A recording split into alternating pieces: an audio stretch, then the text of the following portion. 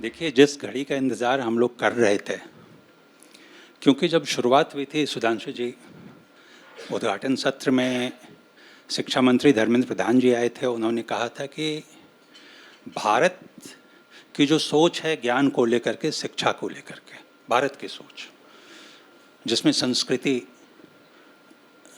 सभ्यता, संस्कार, ये सारी चीज़ें आती हैं, और उन्होंने वो सारी बताएं।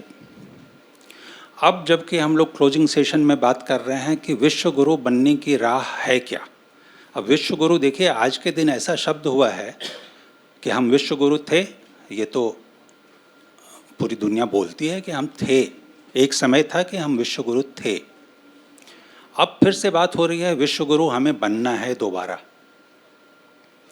और उसी में आप राजनीति में जीते हैं तो राजनीति में तंज भी होते हैं विश्व गुरु को लेकर के बहुत सारे। तो अभी हमारे साथ एक ऐसे व्यक्ति हैं जो भारत की जो ज्ञान को लेकर के, शिक्षा को लेकर के जो सोच रही है पुरानी, वहाँ से लेकर के आज जो दुनिया की जो शिक्षा है, जो दुनिया में रेलेवेंट है जो शिक्षा, वहाँ तक दोनों ही चीज़। तो सुधांशु जी, देखिए, आपको जब सुनने की बात होती है तो पहले ऑडियंस से भी कुछ लोगों से बात हुई, तो ये बात हुई कि ठीक है, सवाल जवाब तो आप कर लीजिएगा, लेकिन थोड़ा हम फ्लो में सुनना चाहते हैं पहले एक बार सुधांशु जी को। तो मैं आपसे आग्रह करूंगा कि आप 10 मिनट, सिर्फ 10 मिनट आप पहले बताएं कि विश्व गुरु बनने की राह कितनी कठिन है, क्या सचमुच में हम विश्व गुरु बन सकते हैं, और फिर हम सवाल जवाब लेंगे और कुछ ऑडियंस से भी सवाल लेंगे। देखिए, जैसे आज हम सभी लोग जानते हैं कि भारत, जिसके बारे में कभी कहा जाता था कि हम बड़े लेस टेक सेवी हैं, हम नई टेक्नोलॉजीज अडॉप्ट नहीं कर सकते, बहुत हाईली एजुकेटेड नहीं है, वो डिजिटल ट्रांजैक्शन में दुनिया का नंबर 1 देश है। और नंबर 1 नहीं है, we constitute 49% of the digital transaction, which is more than put America and China together. अब आप देखिए, सिर्फ इतना ही नहीं हो रहा है, दुनिया में चिप बनाने वाली सबसे बड़ी कंपनी फॉक्सकॉन ने चाइना के बाहर अपनी सबसे बड़ी फैक्ट्री बनाई है, तो भारत में बनाई है। आईफोन की चाइना के बाहर सबसे बड़ी फैक्ट्री है, तो भारत में है।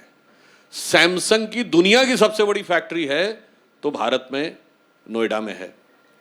ये सब तो अभी गूगल, अमेरिका के बाहर सबसे बड़ा इन्वेस्टमेंट विशाखापट्टनम में $19.5 बिलियन का, अभी जब वर्ल्ड एआई समिट में अनाउंस करके गए सुंदर पिचाई। अमेजॉन अमेरिका के बाहर अपने सबसे बड़ा ऑफिस खोल रहा है भारत में, हैदराबाद में। माइक्रोसॉफ्ट ने अटल जी के टाइम में फर्स्ट अपना आउट ऑफ यूएस ऑफिस खोला, तो बेंगलुरु में। ये सब तो एक चीज है, मगर इससे भी ज्यादा इंपॉर्टेंट चीज क्या है कि भारत का के प्रति और भारत का कॉन्फिडेंस क्या है। अभी आपने देखा होगा कि ट्रंप चाइना के दौरे पे गए, इशू क्या था? क्रिटिकल मिनरल्स को लेकर जो चाइना का कंट्रोल है, उसको लेकर चाइना ने आर्म ट्विस्टिंग की।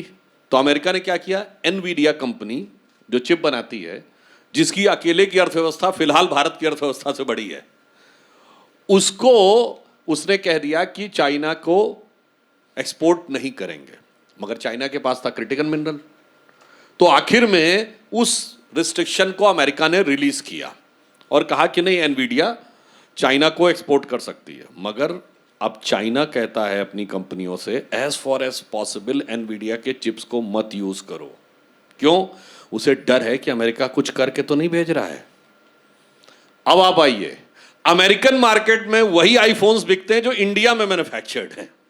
चाइना में मैन्युफैक्चर्ड आईफोन्स बाकी मार्केट में बिकेंगे, अमेरिकन मार्केट में नहीं, क्योंकि अमेरिका को लगता है चाइना कुछ करके तो नहीं भेज रहा है। आप ये सोचिए, this is the level of mistrust on highly sophisticated technological issues, और दोनों का ट्रस्ट भारत के ऊपर। यह दर्शाता है कि न्यू इमर्जिंग टेक्नोलॉजी में भी हम कहां पर जा रहे हैं। मगर कई बार लोग कहते हैं, साहब ये सब ठीक है, आप मैन्युफैक्चरिंग करेंगे, सब करेंगे, बेसिक फंडामेंटल साइंस में आप कहां हैं? यहां मैं बताना चाहता हूं कि प्रधानमंत्री श्री नरेंद्र मोदी जी ने, जो अभी मॉर्निंग में शिक्षा मंत्री जी आए होंगे, उनके विभाग में नेशनल इनोवेशन मिशन की शुरुआत हुई। प्रधानमंत्री जी ने एक बात कही है कि मैकॉले ने 1835 में नई शिक्षा व्यवस्था लाकर हमारे माइंड्स पे कब्जा कर लिया था। 2035 तक हमें उससे बाहर आना है। तो मेरा यह कहना है कि हमें साइंटिफिक डेवलपमेंट नहीं, पहले साइंटिफिक कॉन्फिडेंस अपने अंदर पैदा करना है। अभी मैं बिल्कुल मॉडर्न साइंस की बात कर रहा हूं। अगर मैं आपसे पूछूं, आप में से सबको पता होगा कि C V Raman was the first Indian scientist who got a Nobel prize for physics. Is this the truth? नहीं, यह हाफ ट्रूथ है। पूर्ण सत्य क्या है? C V Raman was the first non European, first non white to get a Nobel prize in any branch of fundamental science. बताइए, पूरे Europe के बाहर अकेला भारत खड़ा था। कब? 1930। अब आप आइए, आप में से किसी को पता है कि भारत का एक साइंटिस्ट था, इसका 7 बार नोबेल में नॉमिनेशन हुआ मगर नोबेल प्राइज नहीं मिला। ये चीजें हमें नहीं पता है। मेघनाथ साहा, जो स्टार्स के बीच में जो पार्टिकल्स बनते थे, उसके लिए चूंकि हम कमजोर थे, हम गुलाम थे, तो हमारे लिए आसान, और उसी थीसिस को बाद में 1950 में उसी चीज के ऊपर नोबेल प्राइज मिला।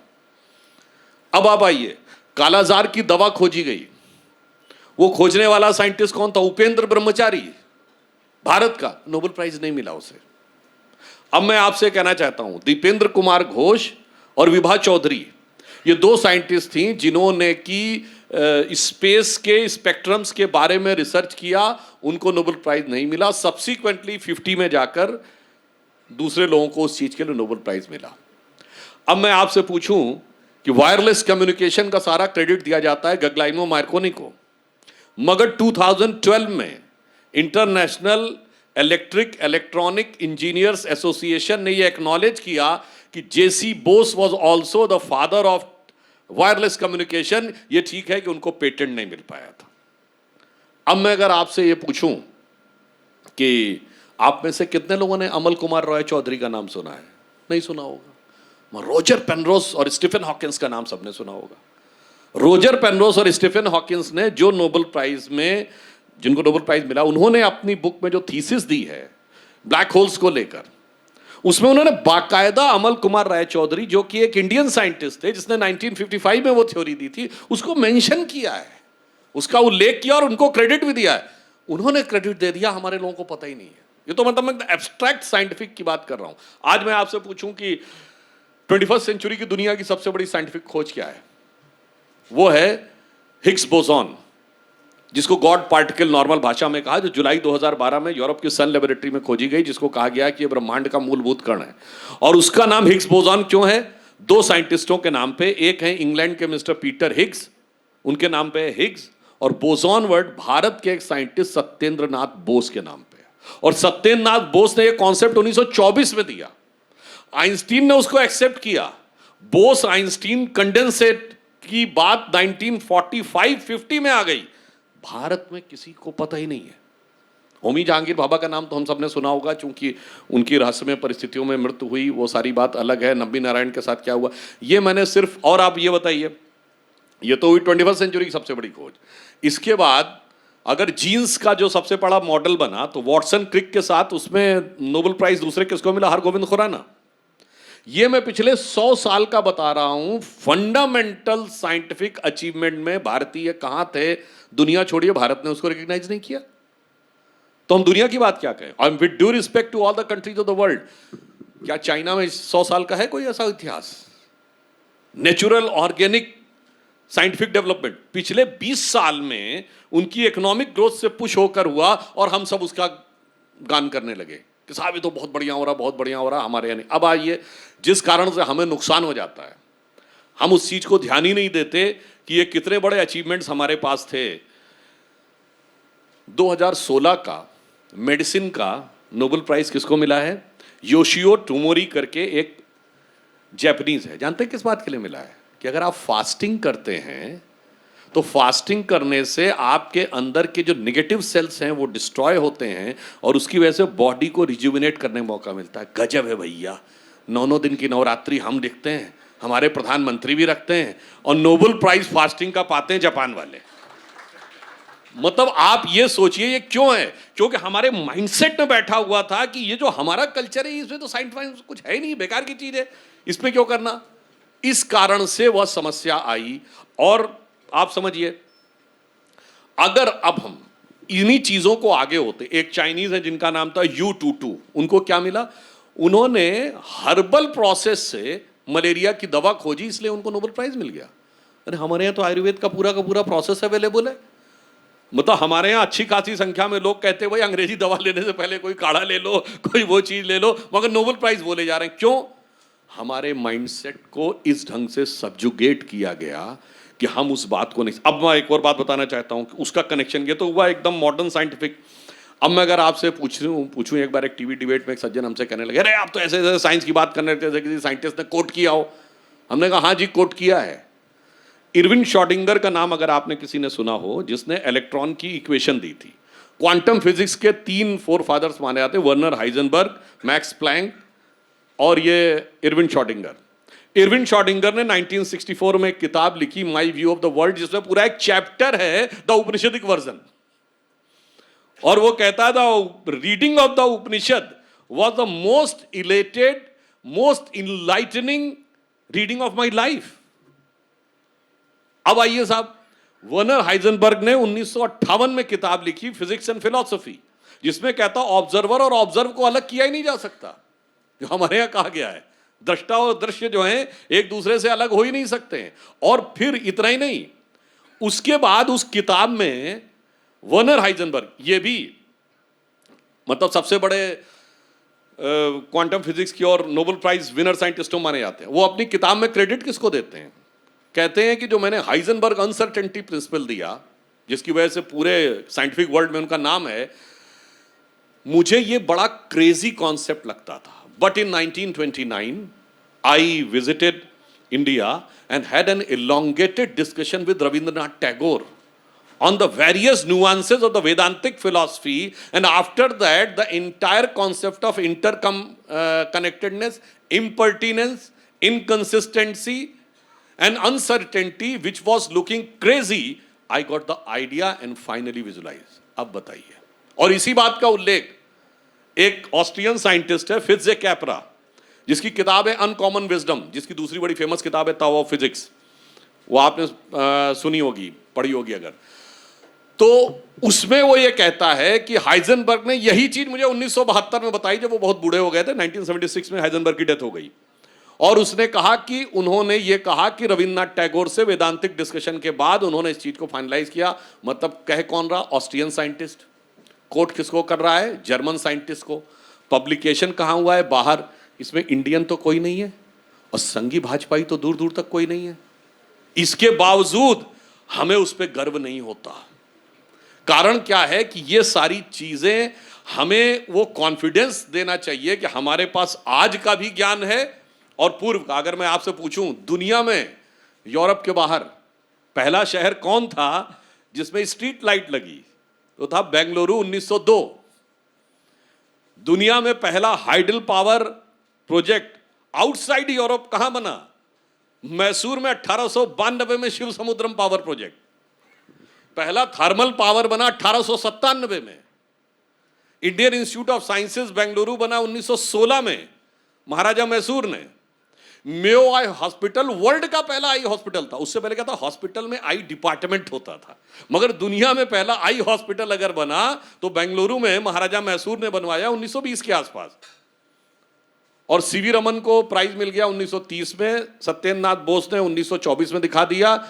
मगर सारी साइंस हमको चाचा जी ने 1947 के बाद पढ़ाई थी। ऐसा हमको पढ़ाया गया जिसकी वजह से हमारे दिमागों के ऊपर ये चीज बैठ गई कि साहब हम तो कुछ जानते ही नहीं है। इसका मूल कारण क्या था? आज आपको बताना चाहता हूं। इसका मूल कारण जो है, क्यों हम ये चीजें अपना कॉन्फिडेंस भूल गए, वो था एम फैक्टर।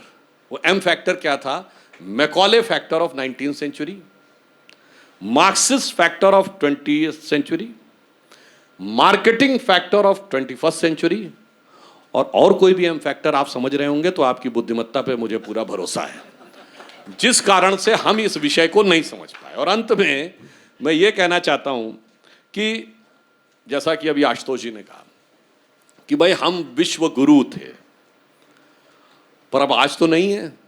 तो मैं एक फैक्टर आपको बताना चाहता हूं, एक मायने में हम आज भी हैं। जो बात मैं पहले बोल चुका हूं या रिपीट कर रहा हूं। आज फ्राइडे है, फ्राइडे से पहले क्या आता है? थर्सडे। फ्राइडे के बाद क्या आता है? सैटरडे। ये बताइए संडे के बाद मंडे क्यों आता, मंडे के बाद ट्यूसडे क्यों आता, ट्यूसडे के बाद थर्सडे वेडनेसडे क्यों आता, ये तो पूरी दुनिया मानती है ना। और दुनिया में ये बताइए हफ्ते में 7 दिन क्यों होते हैं। तो पहली बात तो ये समझिए, हम हफ्ता बोलते हैं, हफ्ता क्या है, पर्शियन वर्ड, जो किससे आया, संस्कृत के सप्ताह से। खुद ये लोग अपने मुंह से बोलते हैं, सा कहा बोलते हैं, इसलिए सिंधु का हिंदू हुआ।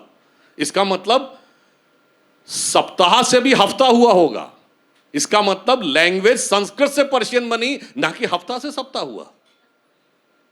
मगर जब लैंग्वेज समझाना है तो वो बाहर से आया, जब ये हुआ तो इस ढंग से गया। तो इसलिए मैं कहना चाहता हूं कि एक मामले में हम आज भी इसलिए हैं कि जो सीक्वेंस है ना संडे के बाद मंडे का, इसका आधार क्या है, कोई साइंटिफिक आधार तो होना चाहिए। अगर आप कहें कि साइज ऑफ द प्लैनेट, तो सूर्य सबसे बड़ा है, नंबर 1 समझ में आता, संडे पहले आना चाहिए। तो सेकंड बिगेस्ट प्लैनेट है जुपिटर, तो संडे के बाद थर्सडे होना चाहिए। फिर थर्ड बिगेस्ट है सैटर्न, तो शनि होना चाहिए। अगर आप सूर्य से डिस्टेंस को माने, वैसे तो उनको पता ही नहीं था कि सूर्य से डिस्टेंस क्या है, वो तो धरती चपटी अपटी मानते थे और धरती को सेंटर मानते थे। फिर भी वो ज्ञानदेव पाणे इतने बड़े थे कि उन्होंने सारा ज्ञान हमको सिखा दिया, वो अलग बात है। उसमें अगर आप देखें तो उनके सबसे नजदीक कौन था, बुध, तो सबसे संडे के बाद वेडनेसडे आना चाहिए। उसके बाद है शुक्र, तो फिर वेडनेसडे के बाद फ्राइडे आना चाहिए। इस संडे के बाद मंडे क्यों आता है, मंडे के बाद ट्यूसडे क्यों आता है, उसका कारण जानते क्या है। वैदिक एस्ट्रोलॉजी में जो वैदिक कैलकुलेशन है पंचांग, उसमें एक चीज होती है होरा। आप लोग कभी किसी पंडित के पास गए होंगे तो आपने होरा शब्द सुना होगा। ये होरा शब्द क्या है, दिन को 2 पार्ट्स में विभाजित किया गया, जिसे कहा गया अहोरात्रि। अहोरात्रि में ही आप आओ त्रा हटा दें तो होरा हो जाता है। ग्रीक माइथोलॉजी में हॉरोस्कोप शब्द इसी होरा से आया। अब 12 होरा मानी गई दिन की और 12 होरा मानी गई रात्रि की, और इसीलिए दिन में 24 घंटे होते हैं, और अंग्रेजी का आवर शब्द भी इसी होरा से आया है। वरना किसी बड़े से बड़े साइंटिस्ट से पूछिए, चैलेंज करके मैं पूछता हूं 24 घंटे काहे होते भाई दिन में, क्योंकि वैदिक होरा में 12 होरा दिन की और 12 होरा रात्रि की होती, इसलिए 24 घंटे होते हैं। अब आइए साहब, जब पहली होरा आप निकालते हैं सूर्य की, तो 24 घंटे के बाद जो 25वां घंटा आएगा, यानी नेक्स्ट डे की फर्स्ट होरा, वो मून की आएगी। मून के बाद जो नेक्स्ट आएगा 25वां घंटा, वो मंगल की आएगी। मंगल के बाद बुध की आएगी। अब आप कहेंगे इतना तो हमको पता नहीं, हम कौन जाके किसी ज्योतिषियों से पंचांग से पूछ रहे हैं कि हो रहा है कि नहीं, हमको तो ये सीक्वेंस नहीं पता। तो मैं कहता हूं हम सब ने ये सीक्वेंस जिंदगी में एक नहीं दर्जनों बार सुना है और कई बार बोला है। वो क्या है, जब आप घर में पूजा करते हैं तो जब पंडित जी आके 9 ग्रह मंत्र पढ़ते हैं तो जरा उसका सीक्वेंस मार्क करिए। ब्रह्मा मुरारी त्रिपुरांतकारी भानु शशि भूमि सुतो बुधश। भानु सूर्य, शशि चंद्रमा, भूमि सुत मंगल, बुधश गुरुश्च शुक्र शनि राहु केतु सर्वे ग्रहा शांति करो भवंतु। एग्जैक्ट वही सीक्वेंस है जो वैदिक गणित, वैदिक एस्ट्रोलॉजी में है। वही सीक्वेंस हम पूजा में बोलते हैं, वही सीक्वेंस दुनिया मानती है। तो हम विश्व गुरु थे नहीं, हम विश्व गुरु आज भी हैं। और लास्ट में मैं कहना चाहूंगा, जो बात अभी इन्होंने कही थी कि माननीय मंत्री जी ने भी कहा कि हम पूरे विश्व को एक सामंजस्य भी देने की क्षमता रखते हैं। जहां से मैंने शुरू किया वहीं समाप्त कर रहा हूं कि एनवीडिया की चिप से लेके और आईफोन तक दुनिया का विश्वास और सामंजस्य हम ही बना पा रहे हैं। तो इससे पूर्व भी जब भी दुनिया में कभी ऐसी परिस्थिति आई है तो सामंजस्य सिर्फ भारत ने ही बना के दिया है। और आजकल तो ईरान और इजराइल की लड़ाई बहुत चल रही है, अमेरिका ईरान वाली। तो इस पे मुझे अटल जी की कविता की वह पंक्ति याद आती है कि दुनिया का इतिहास पूछता रोम कहाँ यूनान कहाँ है। दुनिया का इतिहास पूछता रोम कहाँ यूनान कहाँ है। घर घर में शुभ अग्नि जगाता वो उन्नत ईरान कहाँ है। दीप बुझे पश्चिमी जगत के छाया जब बर्बर अंधियारा, तभी चीर कर तम की छाती चमका हिंदुस्तान हमारा। और लास्ट में मैं कहना चाहूंगा, इस विश्व गुरु वाले विषय पे माननीय प्रधानमंत्री जी का कहना, हम विश्व मित्र के रूप में दुनिया में आगे आ रहे हैं, पूरी दुनिया हमारी मित्रता पे भरोसा कर रही है। तो अटल जी की बड़ी प्रसिद्ध कविता थी, हम जो ज्ञान का मूल स्रोत था वो हमारा वैदिक ज्ञान स्रोत था, और जो मूल संस्कृति थी वो हिंदू संस्कृति थी, जिसे आजकल एक सांप्रदायिक एंगल दे के डिमीन करने का प्रयास किया जाता है। तो अटल जी की बड़ी प्रसिद्ध कविता थी, हिंदू तनमन हिंदू जीवन, रग रग हिंदू मेरा परिचय। तो उसका एक छंद है जो मैंने आपको बताया ना, वर्नर हाइजेनबर्ग से लेके और योशियो टोमोरी जापान तक, अमेरिका से जापान तक जो ज्ञान दे रहा है, उसमें उन्होंने कहा था, मैं अखिल विश्व का गुरु महान, मैं अखिल विश्व का गुरु महान, देता विद्या का अमर दान, मैंने दिखलाया मुक्ति मार्ग, मैंने सिखलाया ब्रह्म ज्ञान, मेरे वेदों का ज्ञान अमर, मेरे वेदों की ज्योति प्रखर, मानव के मन का अंधकार क्या कभी सामने सका ठहर, मेरे स्वर नभ में गहर गहर, सागर के जल में छहर छहर, इस कोने से उस कोने तक कर सकते जगती सौरभ में, हिंदू तन मन हिंदू जीवन, रग रग हिंदू मेरा परिचय। धन्यवाद।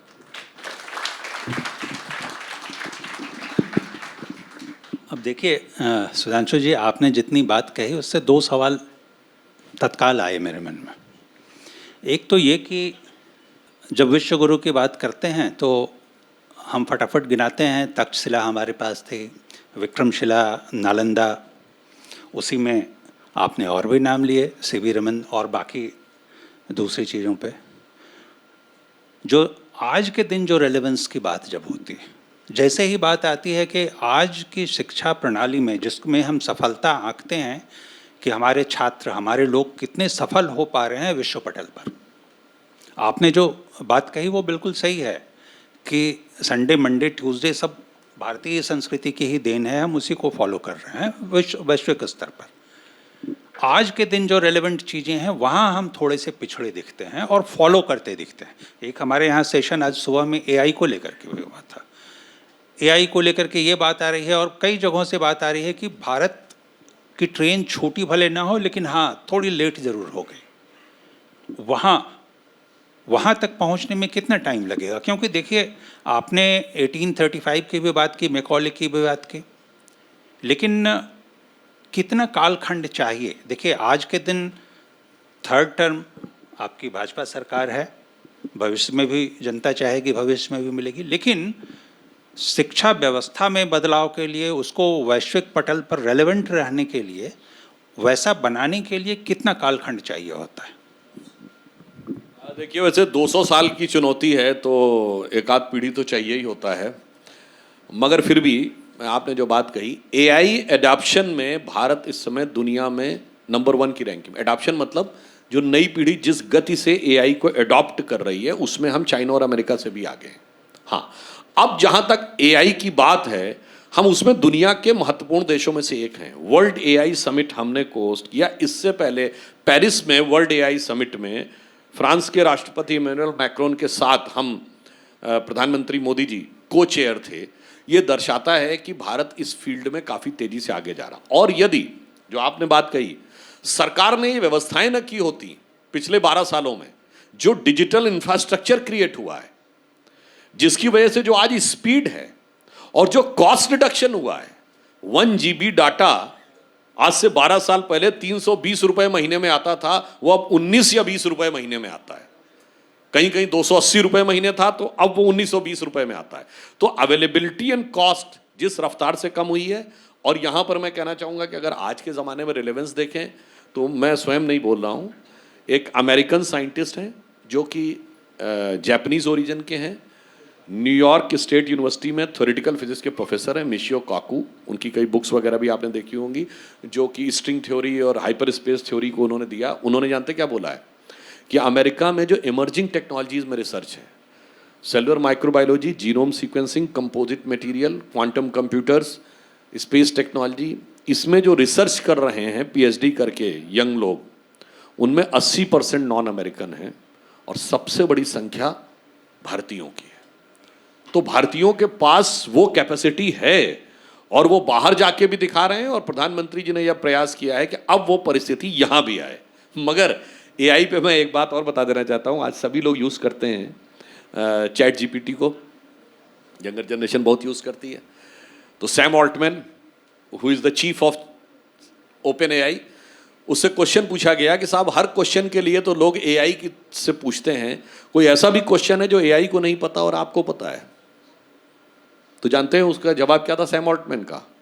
उसने कहा the absolute equivalence of atman and ब्रह्मन। आत्मा और ब्रह्म में एब्सोल्यूट इक्विवेलेंस है, ये एआई को नहीं पता है, मगर मैं बता रहा हूं। अब आप सोचिए, आत्मा और ब्रह्म ये कहां से हो? जगत गुरु शंकराचार्य ने जो बोला था, ब्रह्म सत्यम जगन मिथ्या जीवो ब्रह्म है नापरा, एग्जैक्ट उसका ट्रांसलेशन है। फिर भी जो मैंने कहा ना, एम फैक्टर इतना ज़्यादा चढ़ा हुआ है दिमाग पे कि हमारे बहुत से लोग कूद पड़ते हैं कि अरे भारत में अच्छा कैसे था, ना तब अच्छा था, ना पुराने ज़माने में अच्छा था, ना आज अच्छा है। पुराने ज़माने में भेदभाव और अंधविश्वास ढोंग पाखंड था और आज सब अव्यवस्था है।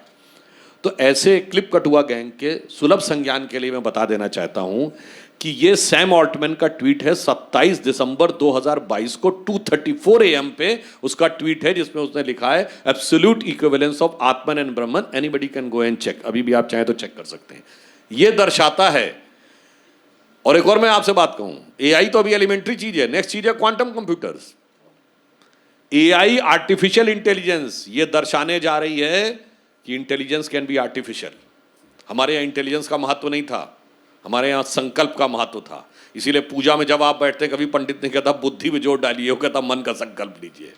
और संकल्प कैन नेवर बी आर्टिफिशियल। जब आपसे कहा जाता संकल्प लीजिए, तो या तो आप ले रहे हैं या आप नहीं ले रहे हैं, झूठ बोल रहे हैं।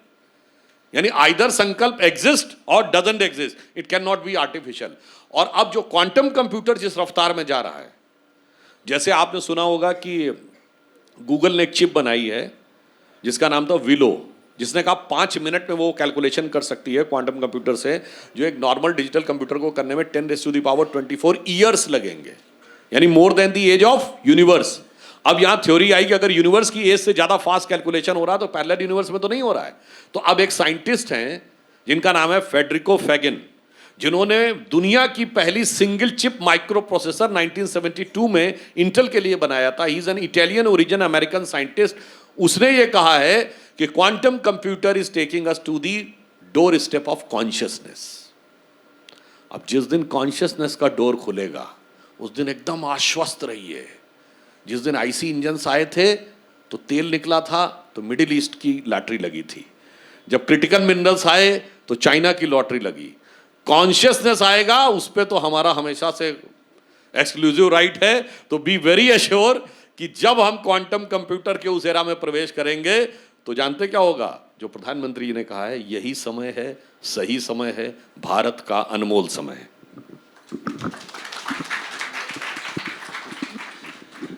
सुधांशु जी, देखिए, शिक्षा उतना ही जरूरी है मुझे लगता है जितना कि जीवन के लिए दूसरे पहलू। जैसे मैं ये भी कह सकता हूँ कि पानी और भोजन की तरीके से शिक्षा भी जरूरी है। लेकिन ये एक बहुत दुर्भाग्य नहीं है? आपको लगता है कि जिस तरीके से विदेश नीति किसी देश की होती है और उस पर लगभग सहमति होती है हमेशा से, हमारी जो शिक्षा नीति होती है वो सरकार बदलते ही बदल जाती है। क्या इस पे एक मत होना जरूरी है? देखिए, हमारे साथ समस्या क्या रही, इसका भी मैं उत्तर आपको देता हूं। आपको एक लाइन में समझ में आ जाएगा कि शिक्षा नीति क्यों बदलने की जरूरत होती है। 16 मई 2014 को जब प्रधानमंत्री मोदी जी के नेतृत्व में भारतीय जनता पार्टी को स्पष्ट बहुमत मिला, मतलब एनडीए को तो मिला ही, बीजेपी को स्पष्ट बहुमत मिला, तो 18 मई 2014 को लंदन से निकलने वाले अखबार संडे गार्डियन ने अपना एक एडिटोरियल लिखा और उसका शीर्षक था India second tourist with destiny. और उस एडिटोरियल में उसने लिखा कि अभी तक ज्यादातर जिन दलों का शासन रहा, क्योंकि अटल जी के टाइम में हमारे पास एब्सोल्यूट पावर नहीं थी, वो वही थे जो ब्रिटिश कॉलोनियल माइंडसेट की लीगेसी को आगे बढ़ाते जा रहे थे। फर्स्ट टाइम एक ऐसे विचार के हाथ में पूर्ण सत्ता आई है, क्योंकि अटल जी के टाइम में पूर्ण सत्ता नहीं थी, जिसका ब्रिटिश उपनिवेशवादी मानसिकता से कोई लेना देना नहीं है, जो अपने इंसेप्शन एंड इंस्पिरेशन यानी अपनी स्थापना और प्रेरणा दोनों में मूलता भारतीय है। तो जानते हैं उसने वर्ड क्या यूज किया? 16th of May 2014 should be remembered in Indian history as the day on which Britishers finally left India. तो आप ये सोचिए कि जिस विचार को हम लेके चले थे, तो अब जो आप कह रहे हैं ना, सरकार बदलना नहीं है, ये थॉट बदलना। थोड़ा सा मैं हल्का सा विषयांतर करके, कोई बहुत से लोग कह रहे हैं कैसे 2014 के बाद ही सब कुछ हुआ, तो मैं बताना चाहता हूं जिसको आप आजादी कहते हैं, स्वतंत्रता, उस तंत्र में स्व किश्तों में आया है। 15 अगस्त 47 को हम आजाद हुए, तो गवर्नर जनरल कब तक अंग्रेज रहा? 30 जून 48 तक। तो पूर्ण स्वतंत्रता थी क्या? अब आइए, भारत का सेना अध्यक्ष कब तक अंग्रेज रहा? 1949 general Francis Roy butcher. Bharat का एयरफोर्स चीफ कब तक अंग्रेज रहा? 1954 गेराल्ड गिब्स। भारत का नौसेना चीफ कब तक अंग्रेज रहा? 1958 स्टीफन कार्लाइल। देखिए किस्तों में मिल रही है आजादी। इंडिया गेट के ऊपर किंग जॉर्ज की मूर्ति कब तक रही? 1968।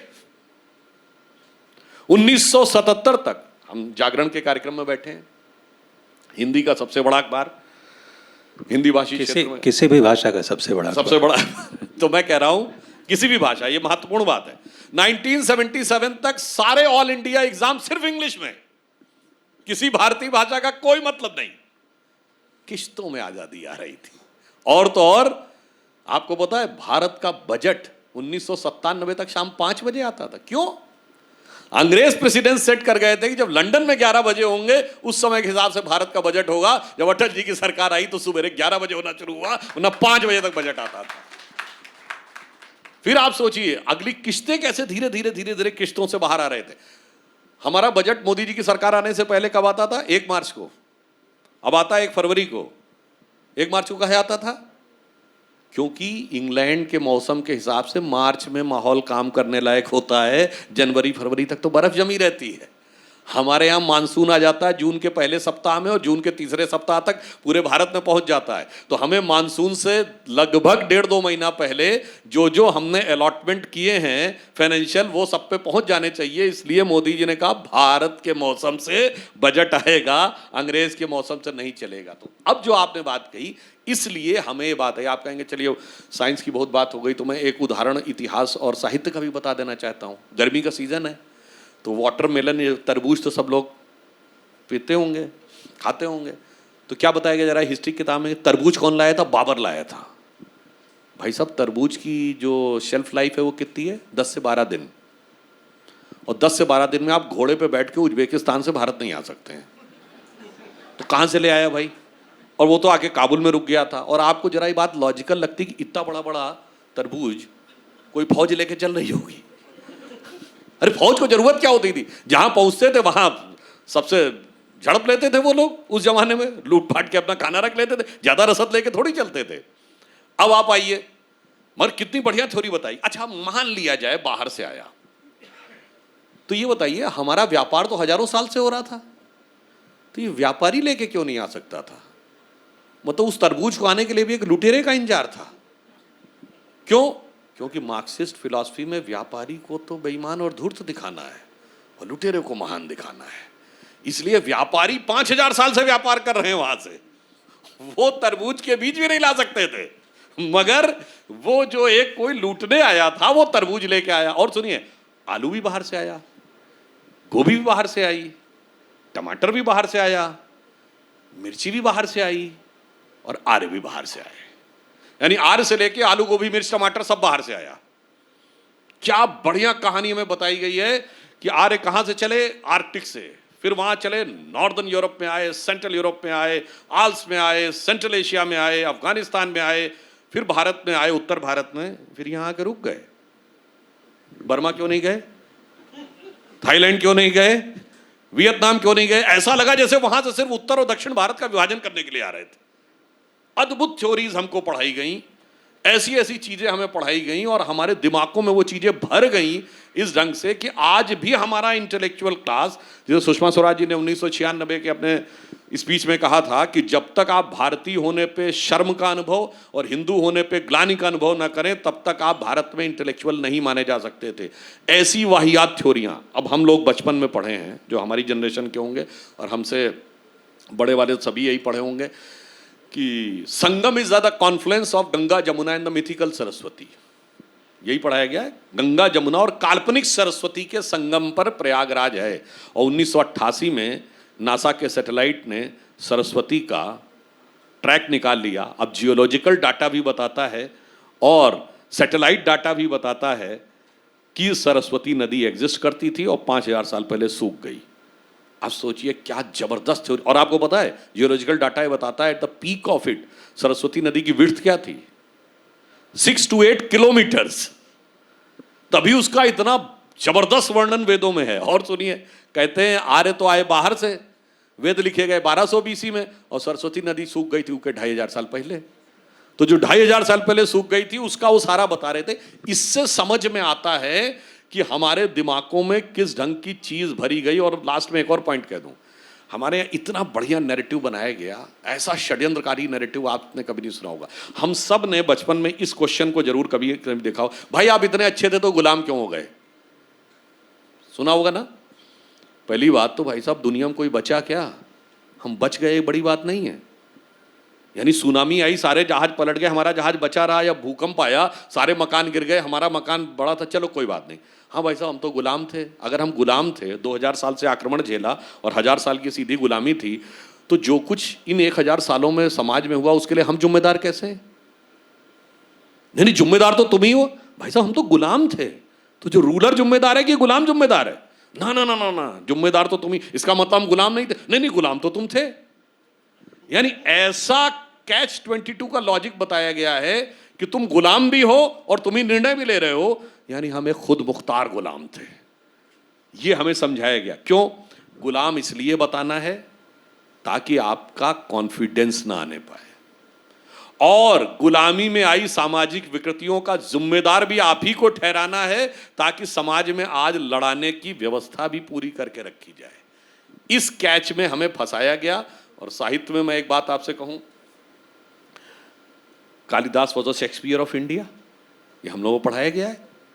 अब कालिदास को तो भूल जाइए, कालिदास तो बहुत बड़े कवि थे, तुलसीदास से बड़े। शेक्सपियर ने पूरे साहित्य में कितने वर्ड्स का प्रयोग किया है? यूजुअली 12,000 वर्ड्स, नॉर्मली 18,000 वर्ड, और मैक्सिमम 30,000 वर्ड्स।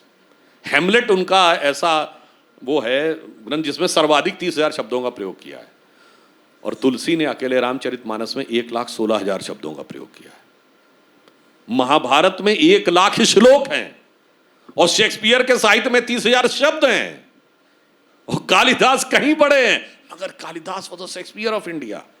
अजब गजब कहानियां हम लोगों को समझा दी गई।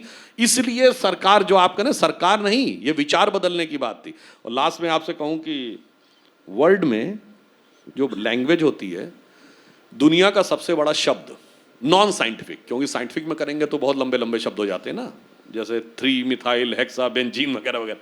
यानी लिटरेरी वर्ल्ड में जो सबसे बड़ा अंग्रेजी भाषा का शब्द है वो क्या है? फ्लॉसी नॉसी निहली पिहलीफिकेशन। इसमें 29 लेटर आते हैं, मतलब बेकार की चीजों में इन्वॉल्व होना। और Guinness book of world record के हिसाब से दुनिया की किसी भी लैंग्वेज में नॉन साइंटिफिक टर्मिनोलॉजी में सबसे बड़ा वर्ड जानते हैं क्या है? कितने लेटर्स का है? 293 लेटर्स का एक शब्द। और वो कहां है? विजयनगर साम्राज्य की एक रानी ने एक चंपू काव्य लिखा जिसका नाम था वरदाम्बिका परिणय। विजयनगर साम्राज्य जो आजकल के कर्नाटक और आंध्र की तरफ है, उसमें एक शब्द जो है वो 293 लेटर्स का है। आप सोचिए, लिटरेचर हो, हिस्ट्री हो, साइंस हो, इसीलिए लड़ाई बहुत बड़ी है। और मैं एक शब्द में ये कहूं, यह आजादी की लड़ाई से बड़ी लड़ाई है। वो आप कहेंगे इतनी बड़ी बात कैसे कह दी? आजादी की लड़ाई वो थी कि हम जेल में थे। जो जेल में व्यक्ति है वो हर हाल में जेल से बाहर आना चाहता है, ये इनकेन प्रकारेण, और उसे पता मुझे जेल में वापस नहीं जाना। पर यह लड़ाई वो है जैसे ड्रग एडिक्ट की ड्रग छुड़वानी हो। वो ड्रग एडिक्ट ड्रग के बिना जिंदा नहीं रह सकता, उसे लगता है यही मेरे लिए सब कुछ है। आप ड्रग उससे छीनिए तो छटपटाने लगता है। तो वो जो एम फैक्टर की ड्रग है वो इस कदर भरी हुई है कि वो ड्रग एडिक्ट से ड्रग छुड़ाना ज्यादा कठिन काम है, जेल से छुड़ाना कम कठिन काम है। इसलिए मैंने कहा कि ये जो वैचारिक लड़ाई है ये आजादी की लड़ाई से ज्यादा बड़ी लड़ाई है। इसलिए सरकार बदलने के बाद ही नहीं, इसके लिए पूरे समाज को भी सक्रिय होना पड़ेगा। क्योंकि रामायण और महाभारत और ये सब कहानियां 90% हमने बचपन में खुद सुनी है अपने बुजुर्गों से, बाकी चीज़ों से। और मतलब मैं कह दूं माँ बाप को क्यों होना पड़ेगा, किस्सा सुनाता हूं। एक निगम सरनेम होता है कायस्थों में। तो मैंने एक बार एक सज्जन थे, उससे पूछा कि भाई निगम शब्द का मतलब क्या है, तुमको पता है उसका सरनेम? उन्होंने कहा मम्मी से पूछ के बताता हूँ। उन्होंने मम्मी को फ़ोन किया तो उनकी मम्मी ने कहा निगम का मतलब इसको कोई कम ना हो। मैंने कहा गजब है साहब। हमने कहा भाई भारतीय वैदिक वाङ्मय में 2 प्रकार के ग्रंथ हैं, आगम और निगम।